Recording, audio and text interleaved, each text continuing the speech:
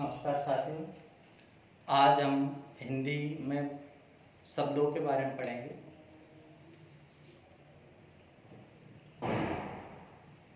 शब्द देखिए, शब्द क्या होता है? वर्णों का सार्थक समूह क्या कहलाता है? शब्द वर्णों का सार्थक समूह होता है। शब्द के हिंदी में हम चार आधार पर प्रमुखतः भेद कर सकते हैं। पहला, उत्पत्ति के आधार पर। किस आधार पर? उत्पत्ति के आधार पर। उत्पत्ति के आधार पर। दूसरा, व्युत्पत्ति के आधार पर।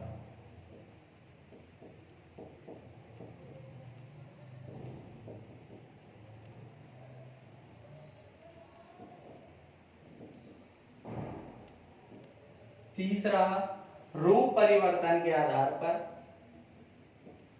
रूप परिवर्तन।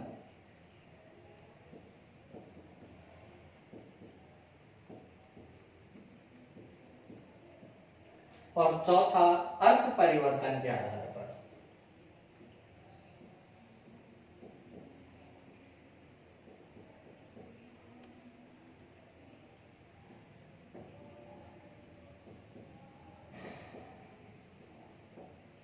उत्पत्ति, व्युत्पत्ति, रूप परिवर्तन, अर्थ परिवर्तन। उत्पत्ति के आधार पर हम शब्द के चार भेद कर सकते हैं। एक, तत्सम। दूसरा, तद्भव। तीसरा, देशज। और चौथा, विदेशी। ऐसे ही व्युत्पत्ति के आधार पर भी शब्द के तीन भेद किए जा सकते हैं। एक तो रूढ़, दूसरा यौगिक और तीसरा योग रूढ़। रूप परिवर्तन के आधार पर शब्द के दो भेद किए गए हैं। एक तो विकारी और दूसरा अविकारी। विकारी के चार भेद हैं। संज्ञा, सर्वनाम, क्रिया और विशेषण।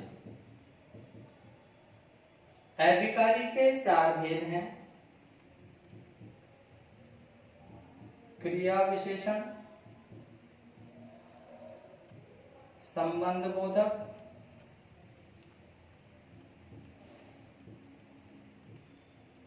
समुच्चय बोधक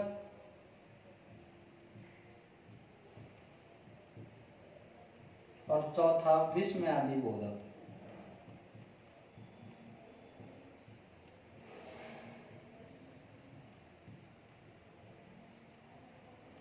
अर्थ परिवर्तन के आधार पर शब्द के तीन भेद हैं।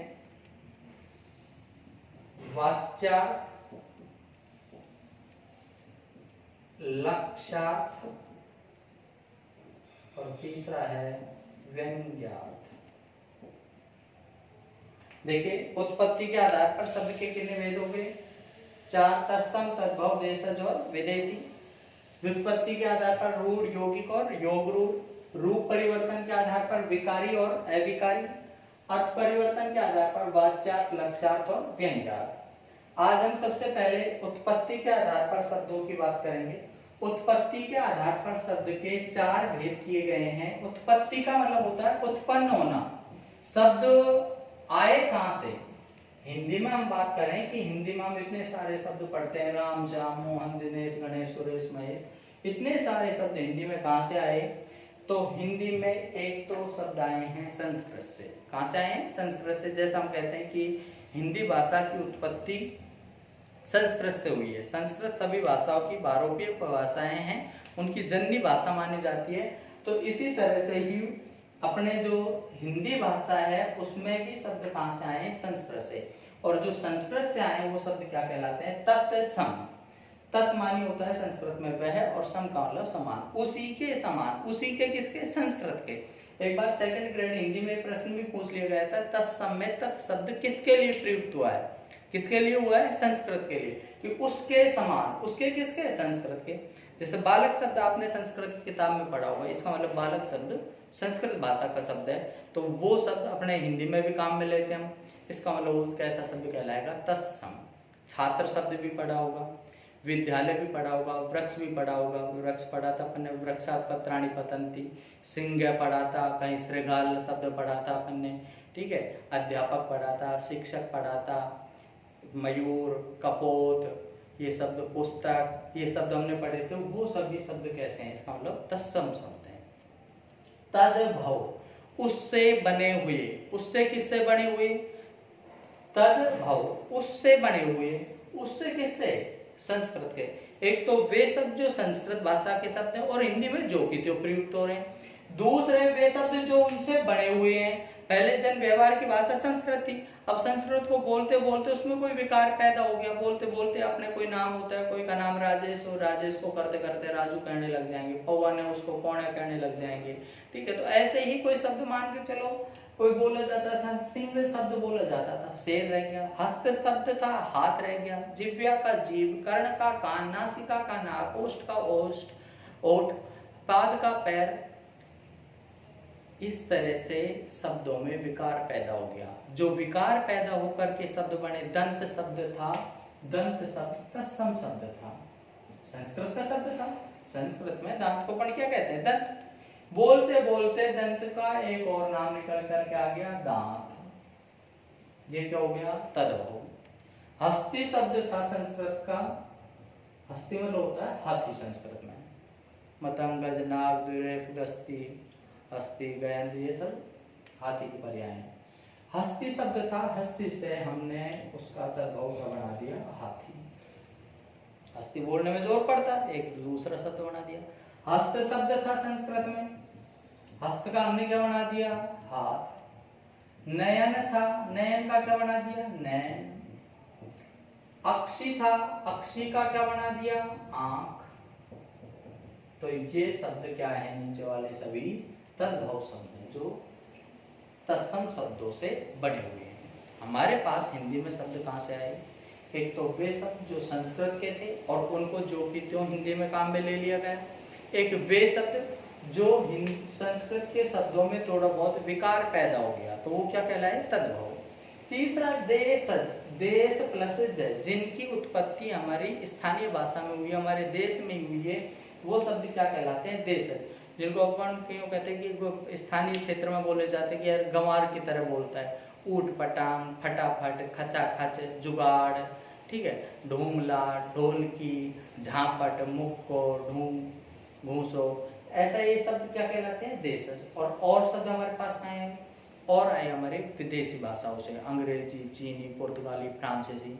अपने पुर्तगाली भी रहे हैं, फ्रांसीसी भी रहे हैं, चीनी भी रहे हैं, अरबी भी रहे हैं। तो उनकी भाषाओं के जो शब्द हैं वो भी अपनी हिंदी में समाहित हो गए। अब ज़्यादा भाषाओं का तो हमको ज्ञान नहीं है, पर जैसे हम अंग्रेजी जानते हैं, अब इसको अपन पेन बोलते हैं। क्या कहते हैं इससे? पेन। वास्तव में पेन शब्द कौन सी भाषा का है? अंग्रेजी का। और हिंदी में अपन काम में ले रहे हैं, भाई मैं पेन लेकर के आया हूँ, कॉपी लेकर के आया हूँ, आज स्कूल से लेट हो गया था, स्कूल शब्द बोल रहे हैं, लेट शब्द बोल रहे हैं। ये शब्द कौन सी भाषा के हैं? विदेशी भाषाओं के। ऐसे और भी हैं विदेशी भाषाओं के, नाजायज, नालायक, सरफरोश, तमन्ना, रिक्शा, चीनी, चीनी शब्द चीनी भाषा का है। तंबाकू पुर्तगाली भाषा का है। आलपिन पुर्तगाली का है। तो इस तरह से जो शब्द हैं ये हमने विदेशी भाषाओं से भी शब्दों को ग्रहण किया है। तो हमारे पास में कुल मिलाकर के हिंदी भाषा में शब्द कितनी जगह से आए? 4 जगह से। एक तो वे शब्द जो संस्कृत भाषा के थे और हिंदी भाषा में जो कि त्यो प्रयुक्त होते हैं, क्या कहलाते हैं? तत्सम। एक वो शब्द जो संस्कृत भाषा के थे लेकिन उनमें कुछ विकार पैदा हो गया है, वो क्या कहलाए? तद्भव। एक वो शब्द जो हमारी स्थानीय भाषा में ही अपने बोलचाल में बने हैं, वो कहलाए देशज। और एक जो विदेशी भाषाओं से ग्रहण किए गए हैं, वो क्या कहलाए? विदेशी। अब समस्या ये आती है सर, ये हमारे पता लगता ही नहीं है कौन से शब्द कैसे हैं। देखो पहली बात तो तत्सम की हम बात करें, सटीक सी बिल्कुल बात तो ये है कि जो शब्द संस्कृत भाषा के वे सभी शब्द क्या कहलाएंगे, तत्सम। लेकिन वो बात हमारे समझ में आ रही है, लेकिन कौन से शब्द हैं, तो देखो हमने कुछ संस्कृत की किताब में शब्द पढ़े थे। दूसरी बात हमको एक बात ये समझ में आती है कि संस्कृत की किताब और हिंदी की किताब दोनों को पढ़ने में से कौन सी किताब हमको पढ़ने में कठिन महसूस होती है, संस्कृत की। क्यों? क्योंकि उसके शब्द हैं जो उच्चारण में कठिन प्रतीत होते हैं। इसका मतलब वो शब्द तत्सम शब्द हैं जो उच्चारण में थोड़े से कठिन होते हैं और इसीलिए ही उनके सरल बने, तद्भव शब्द बने। हमको कोई नाम बोलने में, राम जी लाल नाम बोलने में जोर पड़ रहा था, इसीलिए तो हम रामू कहने लगे उससे, ठीक है। तो बात यही है कि तत्सम शब्द उच्चारण में थोड़े से कठिन होते हैं जबकि तद्भव सरल होते हैं। इसके अलावा और क्या पहचान है, अधिकांश संधियों के और समासों के जो उदाहरण है वो तत्सम के उदाहरण है। क्यों है? क्योंकि संधि है चाहे समास है, ये व्याकरण हमने कहाँ से ली है, संस्कृत से। अंग्रेजी में तो संधि समास नहीं पढ़े अपन ने। इसका मतलब संधि समासों के उदाहरण किसके हैं, संस्कृत के उदाहरण, तो वो तत्सम के उदाहरण। इसके अलावा संस्कृत भाषा के उपसर्ग प्रत्यय किसी शब्द के जुड़े हुए हैं या जुड़ सकते हैं तो वे शब्द भी कैसे हैं, तत्सम है। जैसे संस्कृत के 22 उपसर्ग हैं, प्र परा सम अनुवति निस निरुदुस दुर्विया आदि अतिशु, ये सब किसके उपसर्ग हैं, संस्कृत के। प्रति उपसर्ग है, एक के जुड़ रहा है, प्रति शब्द एक के जुड़ रहा है, ये बन रहा है प्रत्यय। इसका मतलब प्रत्येक शब्द संस्कृत भाषा का शब्द है। सु उपसर्ग है, आगत के जुड़ रहा है और ये शब्द बनता है स्वागत। इसका मतलब ये शब्द संस्कृत भाषा का शब्द है। इसके अलावा तत्सम शब्दों की पहचान, यदि शब्द में री नाम का स्वर है या शब्द के अंत में हलंत है या शब्द में विसर्ग है या शब्द में चंद्र बिंदु नहीं है, चंद्र बिंदु नहीं है, ये चीजें तो हैं और ये वाला नहीं होना चाहिए। यदि ये कंडीशन है कहीं शब्द में कोई भी हो, री नाम का स्वर हो, चाहे शब्द के अंत में हलंत हो, चाहे शब्द में विसर्ग हो या फिर चंद्र बिंदु शब्द में नहीं हो, तो ये संभावनाएं हमको तत्सम शब्द की हैं। क्योंकि चंद्र बिंदु तत्सम शब्दों में नहीं मिलेगा। संस्कृत में चंद्र बिंदु नहीं होता है, सिर्फ अनुस्वार होता है। क्या होता है? अनुस्वार। ठीक है। दूसरी बात है री नाम का स्वर या शब्द के अंत में हलंत या शब्द में विसर्ग, ये भी कहां से आए हैं अपने पास में, संस्कृत से। इसका मतलब वो शब्द कैसा है, तत्सम है। तद्भव, उसी से बने हुए तद्भव में तत्सम का ही सरल रूप क्या है, तद्भव है। देशज शब्द सुनते ही अपने समझ में आ जाते हैं, बड़बड़ाना, ठीक है, डोकरा, ढूमला, छबड़ा, ये शब्द अपने आप ही समझ में आते हैं कि ये कैसे हैं, देशज शब्द हैं। विदेशी, अब विदेशियों को समझने का थोड़ी सी एक प्रयास ये भी हो सकता है कि विदेशी भाषा के अंग्रेजी का यदि कोई शब्द आ गया तो अपने समझ में आ जाएगा। जैसे सेकंड ग्रेड में पूछा गया था हिंदी में बूट, बूट शब्द पूछ लिया था, कैसा शब्द है, विदेशी है, बूट जानते हैं अपन। लेकिन पुर्तगाली के हैं, फ्रांसीसी हैं, अरबी फारसी के हैं। अरबी फारसी के थोड़ी सी हम एक ट्रिक्स काम में ले सकते हैं कि अरबी फारसी के जो उपसर्ग या प्रत्यय हैं उनको थोड़ा सा याद रख ले, क्योंकि वो अपने हिंदी के उपसर्ग प्रत्ययों में भी काम में आते हैं। जैसे ना हम बेखुश गैर सर कम बदबाला ए नहर,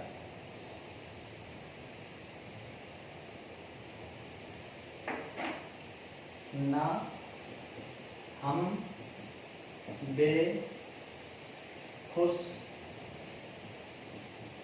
गैर सर कम बद बा ला एन हर, ये अरबी फारसी के उपसर्ग हैं। ये किसी शब्द के जुड़े हुए हैं या जुड़ सकते हैं तो वे सभी शब्द विदेशी भाषा के शब्द हैं। ना है, ना लायक, ना चीज, ना काम, ना जायज, ना मर्द, हम सफर, हम राही, हम राज, बेवकूफ, बेइज्जत, बेईमान, बेशरम, बेकसूर, खुश नसीब, खुशगवार, खुश मिजाज, खुशबू, खुशकिस्मत, खुशहाल, खुशखबरी, गैर जिम्मेदार, गैर कानूनी, सरफरोश, सरताज, सरकार, सरपंच, कम वक्त, कमजोर, बदमाश, बदतमीज, बदहौस, बदबू, बदचलन, बाकायदा, बाइज्जत, लाजवाब, लाइलाज, लाचार, एंड वक्त, हर दम, ये सभी शब्द कौन सी भाषा के हैं? विदेशी भाषा के हैं। ऐसे ही विदेशी भाषा के प्रत्यय हैं नाक, खोर, बांची, बाज, खाना, बंद। नाक, खोर, बान, ची, बाज, खाना, बंद। गिर, गर, मंद, गिर, गर, मंद, ये किसी शब्द के पीछे जुड़े हुए हैं या जुड़ सकते हैं, तो वे सभी विदेशी भाषा के शब्द हैं। खतरनाक, दर्दनाक, शर्मनाक, हरामखोर, चुगलखोर, मेहरबान, मेजबान, खजांची, मसालची, तोपची, दगाबाज, धोखाबाज, चालबाज, दवाखाना, सफाखाना, पीरखाना, बख्तरबंद, बाजूबंद, कमरबंद, आलमगीर, जहांगीर, कामगर, कारीगर, सेहतमंद, दौलतमंद, ये सभी शब्द मैं जो बोल रहा हूँ कौन सी भाषा के हैं? अरबी फारसी के हैं। ये सभी शब्द हैं विदेशी भाषा के शब्द हैं। तो आज हमने सिर्फ इतनी सी बात की है कि शब्द के उत्पत्ति मतलब शब्द कहाँ से आए, इस आधार पर ही शब्द के 4 भेद हैं, तत्सम, तद्भव, देशज और विदेशी। मैं समझता हूँ ये चीज़ें हमारे आराम से समझ में आ गई होंगी। यदि हमारे समझ में आई हैं निश्चित रूप से कमेंट बॉक्स में ज़रूर डालें ताकि मैं अगली वीडियो इसके लिए बना सकूं। जय हिंद, धन्यवाद।